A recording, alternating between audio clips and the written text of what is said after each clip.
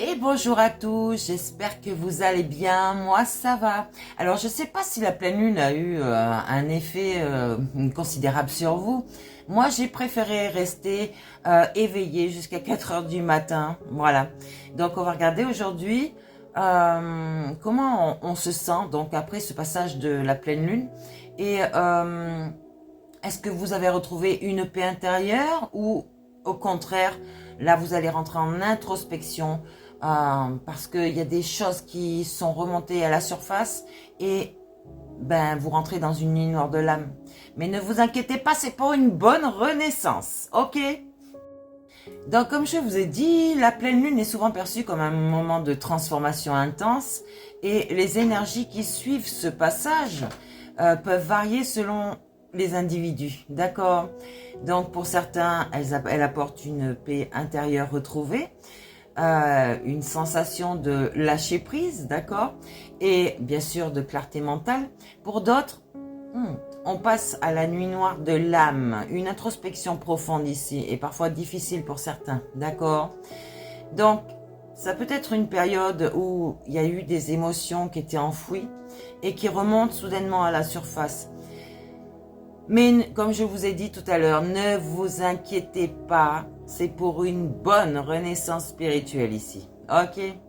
Donc, pour canaliser bien ces énergies, il est conseillé donc de pratiquer des rituels comme la méditation, l'écriture introspective ou la purification de l'espace, de votre espace, donc de votre cocon, avec de la sauge ou du palo santo. Là, on va nettoyer les ondes, les entités qui pourraient traîner chez vous, tout ce qui est négatif, tout ce qui est toxique, d'accord?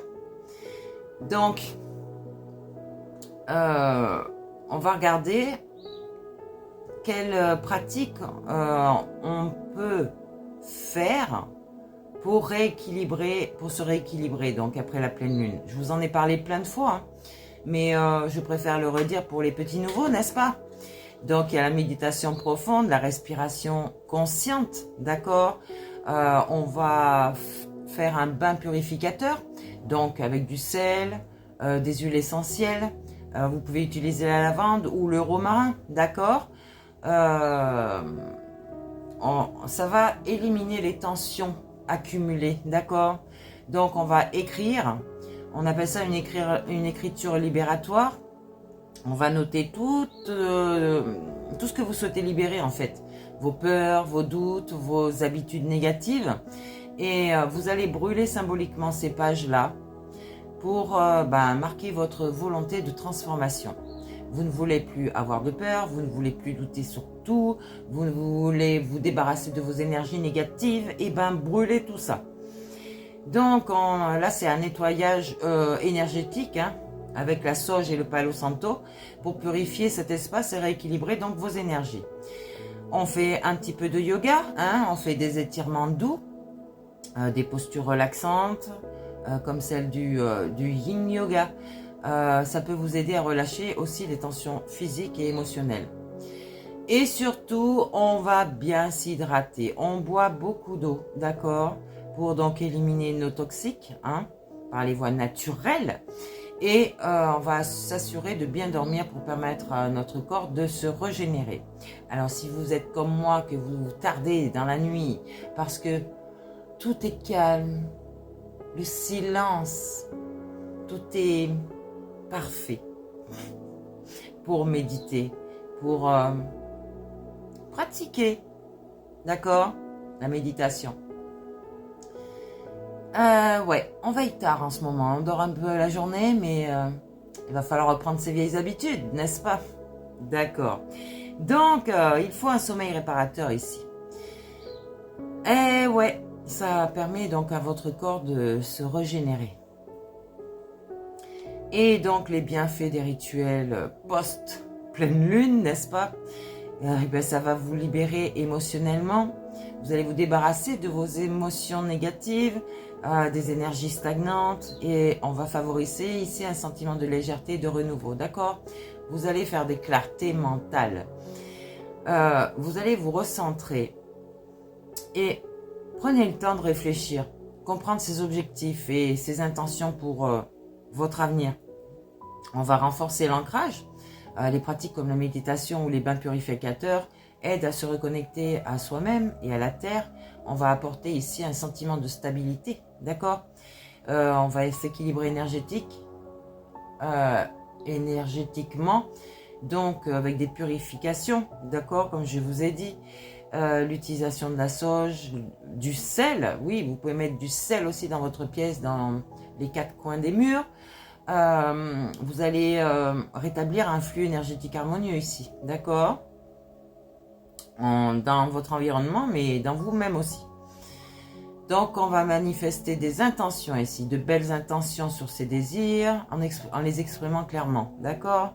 Donc, c'est pour ça que je vous parle souvent de vos choix et surtout de votre positionnement. Donc, on va attirer des opportunités et des énergies positives à nous, d'accord? Donc, ces pratiques sont une belle façon de transformer les énergies intenses de la pleine lune, n'est-ce pas, en une force apaisante et donc constructive.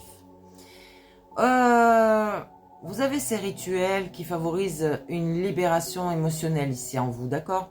Donc, je vous répète, l'écriture introspective, la méditation guidée, il y en a plein sur YouTube, vous pouvez y aller.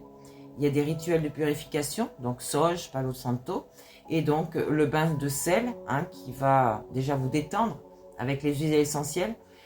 Vous pouvez ensuite danser. La danse, c'est c'est un petit peu comme le yoga, j'allais dire. Vous travaillez votre corps, quoi. Bougez. Et donc, ou alors des mouvements libres. Voilà, laissez votre corps s'exprimer à travers la danse ou des mouvements spontanés ici. C'est une manière puissante de libérer des émotions refoulées aussi. D'accord ?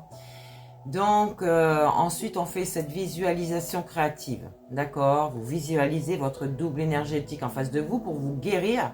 Mais vous pouvez aussi vous visualiser dans des endroits ou dans des situations où vous aimeriez être. D'accord? Et donc, vous dites « je veux », mais « je vis ». Je le vis avant même de le vivre. C'est clair? Ok.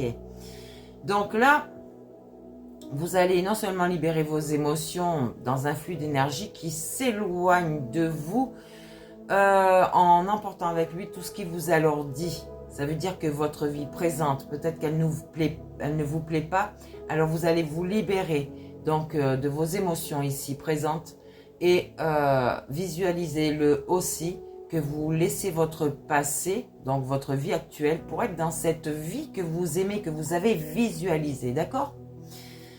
Voilà, donc c'est tout ce que je pouvais vous dire pour le post-pleine lune, n'est-ce pas, qui travaille beaucoup sur vous. Ah ouais, ça travaille beaucoup, beaucoup, beaucoup. Donc, ne vous forcez pas à dormir, surtout parce que là, vous allez vraiment ne pas dormir de la nuit, c'est clair. Donc, il vaut mieux rester éveillé, carrément, vous occuper l'esprit et faire, je sais pas, des choses que vous aimez faire. Peut-être même vous divertir. Si vous aimez des films, regardez des films pendant cette pleine lune. Ça, c'est à chaque pleine lune que vous devez le faire. Et puis, pour ceux que ça ne dérange pas, j'allais dire, tant mieux pour vous. Mais il faut travailler quand même sur vous. Il faut quand même travailler sur vous. Donc, on va peut-être faire une petite séance de tarologie ici. On va regarder avec les tarots, vos énergies vraiment, d'accord?